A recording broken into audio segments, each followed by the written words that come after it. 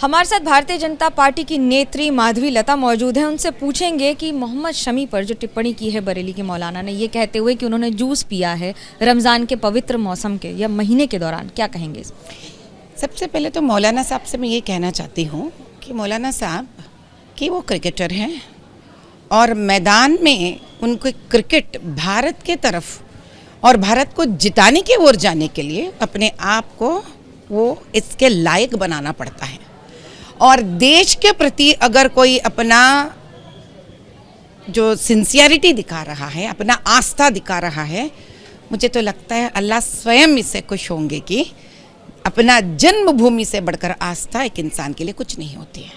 और सबसे बड़ी बात तो मुझे ये ताजुब हो रही है कि मौलाना साहब रमज़ान है, आप तो मशरूफ़ होना चाहिए कुरान पढ़ते और लोगों को इबादत देते हुए। आपको इतना टाइम कहाँ मिल रही है क्रिकेट मैच देखने के लिए?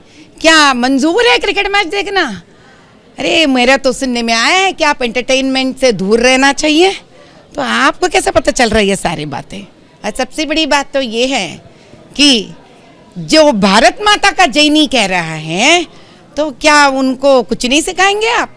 इस धरती पर जन्म लेकर, इस धरती का अन्न अनाज खाकर, इसी धरती से पैसे बनाकर कितने राजनीतिज्ञ माँ भारती को जय भारत भी नहीं कह रहे हैं। तो समय आ गया है मौलाना साहब को ये समझने के लिए कि it is right to religion जो है हर एक का अपना अपना पर्सनल मामला है। और अगर आप ये कहते हैं कि भारत के लिए लड़ते हुए एक क्रिकेटर ने यहाँ तक भारत माता के प्रति अपना श्रद्धा दिखाई है कि वो रमज़ान के समय पे अगर लिया भी तो हम समझ सकते हैं कि अल्लाह उन्हें माफ़ करेगा। मैं तो समझती हूँ उनके शब्द ऐसी होनी चाहिए। इसके पहले सानिया मिर्ज़ा वगैरह पर भी सवाल उठते रहे हैं, रमज़ान हो या फिर धर्म के आधार पर। आपको लगता है कि धर्म को खेल में इस तरह से शामिल करना सही है कि नहीं? धर्म क्या है बताइए आप मुझे। मेरे हिसाब से आप जहाँ नौकरी करते हो और वहाँ के आपके ओनर के प्रति अगर आप निष्ठापूर्वक काम करते हो, वही धर्म, वही भी धर्म है। माता पिता के प्रति आप अपना निष्ठा दिखाते हो, वो भी है धर्म। आप अपने भारत के प्रति, अपना जन्मभूमि के प्रति अपना निष्ठा दिखाते हो, वो भी धर्म है। ये कौन सा धर्म की बात कह रहे हैं? तब तो मैं कहती हूँ जितने भी मेरे मुसलमान भाई सरहद पर लड़ रहे हैं माँ भारती के लिए, तो क्या वो ऐसे ही मर जाए? मैं कहती हूँ वो कई दुगना पाक काम कर रहे हैं अपने जीवन में। तो मौलाना साहब शायद आपने अल्लाह के बातों को ठीक तरह से समझे नहीं। तब तो पहले मैं कहती हूँ इसी रमज़ान के महीने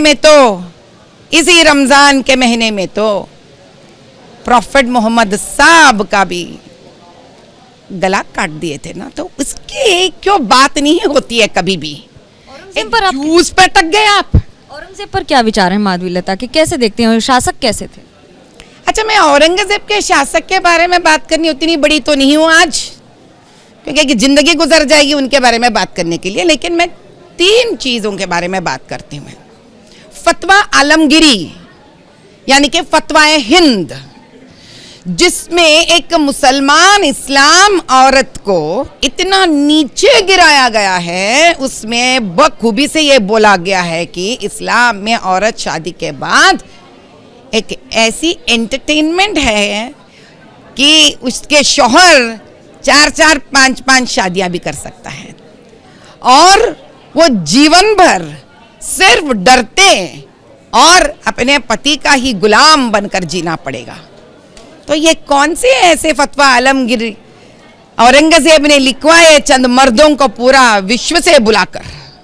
इतनी बड़ी एडमिनिस्ट्रेटर, ये तो हमें मालूम ही नहीं था कि औरत के ऊपर दिखाओगे आप पूरा अपना मर्दांगी।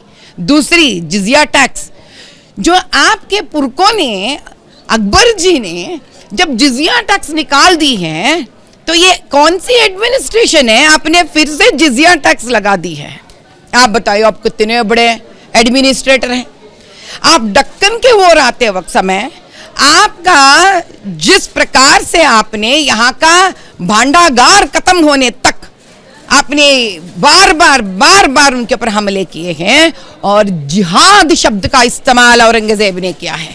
वही जिहाद आज तक भारत का खून पी रहा है।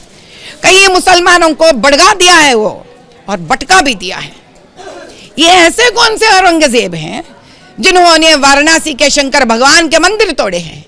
ये कौन से ऐसे औरंगजेब के बड़ी सरकार चलाने वाली उनकी डंग है कि मथुरा में कृष्ण केशव भगवान का भी मंदिर तुमने तोड़ा है? जो मैं कहती हूं आज के तारीख पर औरंगजेब को वाह वाह कहता है, उसके बढ़कर देश विद्रोही शक्ति कोई नहीं हो सकता है। ये लिटमस टेस्ट है, उखाड़ के फेंक दीजिए उनको भारत से। बहुत बड़ी बात कह रही हैं आप। मेरे लिए तो बहुत छोटी सी बात लगा ये तो, क्योंकि स्वयं एक चोर कैसा चोर बोलता है अपने आप को? चोरी कर कर। एक हत्यारा अपने आप को हत्यारा कैसा बोलते हैं? हत्या कर कर।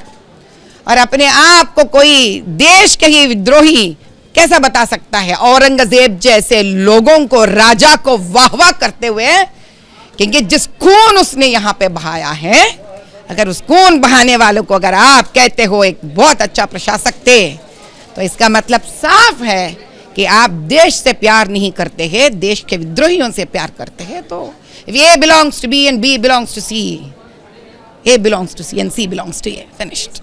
बी स्क्वायर, ये अलग ही इक्वेशन बन रही है राजनीति की। कैमरा पर्सन प्रवीण दीक्षित के साथ मनोज्ञा लोईवाल, दिल्ली, ABP न्यूज।